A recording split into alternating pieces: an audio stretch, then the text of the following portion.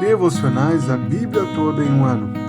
Hoje, Isaías, capítulos 52 a 54.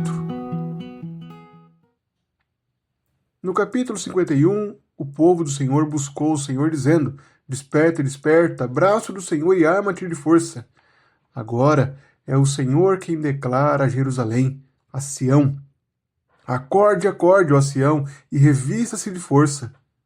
Vista suas roupas finas, ó Jerusalém, cidade santa, porque os circuncisos e imundos nunca mais entrarão em você. O capítulo 52 de Isaías testemunha a salvação do Senhor. O Senhor, após julgar o seu povo, agora irá redimir o seu povo, e uma redenção sem dinheiro. Com isso, o Senhor quer dizer que, assim como ele não entregou Israel para pagar alguma dívida, mas por livre vontade, ele também é poderoso para recuperar a glória de Jerusalém, para trazer o seu povo de volta por sua própria vontade, sem precisar pagar tributos a ninguém. O resgate que o Senhor provê para o seu povo é sem dinheiro. Não há nenhum custo a ser pago para nenhum povo. O Senhor age como poderoso e faz o que bem entende. Essa promessa da restauração de Jerusalém e a presença do Senhor com o seu povo traz grande alegria. Há mensageiros cujos pés são formosos e que saem para anunciar coisas boas. São eles quem fazem ouvir a salvação e que dizem a Sião: o seu Deus reina. Juntos o povo grita de alegria e exulta ao Senhor, porque o Senhor consolou o seu povo e remiu Jerusalém. A partir do verso 13 do capítulo 52 até o final do capítulo 53, nós vemos agora a forma com que Deus executará essa redenção. A mensagem da humilhação e do sofrimento do servo do Senhor. Agora será mostrado o servo sofredor. Do verso 13 do capítulo 52 até o verso 3 do capítulo 53, a mensagem da humilhação e da rejeição a esse servo.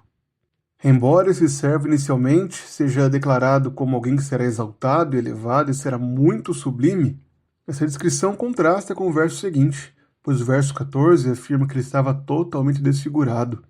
E em seguida, no verso 15, novamente é apresentada a sua exaltação, que causa admiração às nações e os reis fecham a boca por causa dele.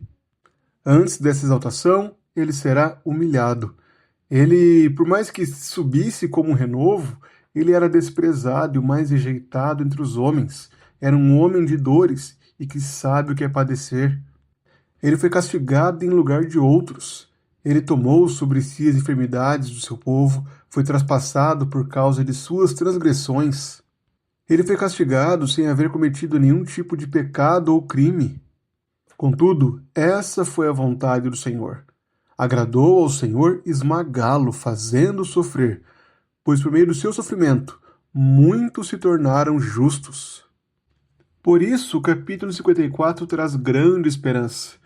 Antes, a sua esposa pactual, Israel, rejeitada pelo Senhor, agora é novamente convertida e restaurada. Agora, a estéril cantará com alegria e terá que alargar as suas tendas, pois receberá muitos filhos. O relacionamento conjugal do Senhor com o seu povo será restaurado de forma definitiva.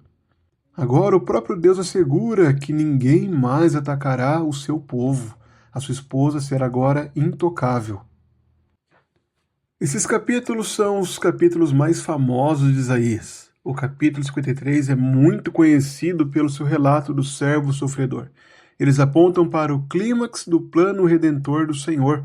O servo sofredor sofre e morre em lugar do seu povo, e é então exaltado por sua obediência. O propósito da passagem é encher de esperança o coração dos exilados. É lembrá-los de que, apesar do juízo, o Senhor restaurará o seu povo. Isso custará o sofrimento do servo, mas trará grande alegria, pois o Senhor trará nova glória para Israel, uma glória nunca antes vista, uma aliança firmada com ainda mais solidez, pois o próprio Deus firmará isso por meio do seu servo. E é impossível olharmos para esse servo nessa altura e não notarmos a clareza da obra de Cristo. O sofrimento descrito do servo, em muitos pontos, nos lembra dos relatos que lemos nos evangelhos, de como Cristo sofreu, da sua agonia no jardim do Getsêmani, na sua preparação para ser julgado injustamente e condenado por um pecado que não havia cometido, sendo ele perfeito em obediência, de sua crucificação, a sua morte na cruz, humilhação, toda a vergonha que passou, a fim de que o povo do Senhor fosse redimido. Essa imagem do servo sofredor se encaixa perfeitamente com o relato dos evangelhos e com a obra consumada de Cristo. De tudo que lemos sobre o servo sofredor, em nada Cristo deixou faltar, ele cumpriu plenamente essa profecia.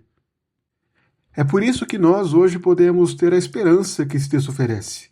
É por isso que nós agora podemos olhar para esse resultado da obra do servo com grande esperança e alegria, pois apesar do sofrimento, da dor e da vergonha de Cristo, nosso Senhor, nós agora fomos agraciados, temos uma bênção incomparável.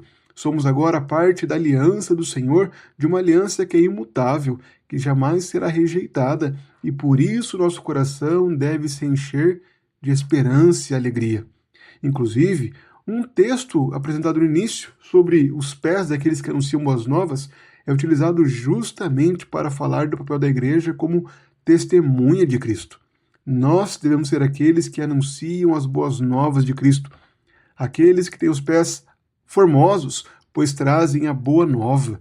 Que nossos lábios não cessem de falar de Cristo, não cessem de lembrar dos benefícios que foram concedidos a nós de forma gratuita, pela graça, mediante a obra do nosso servo, que se fez homem como nós, sofreu em nosso lugar, a fim de que nós tivéssemos nova vida, e vida em abundância.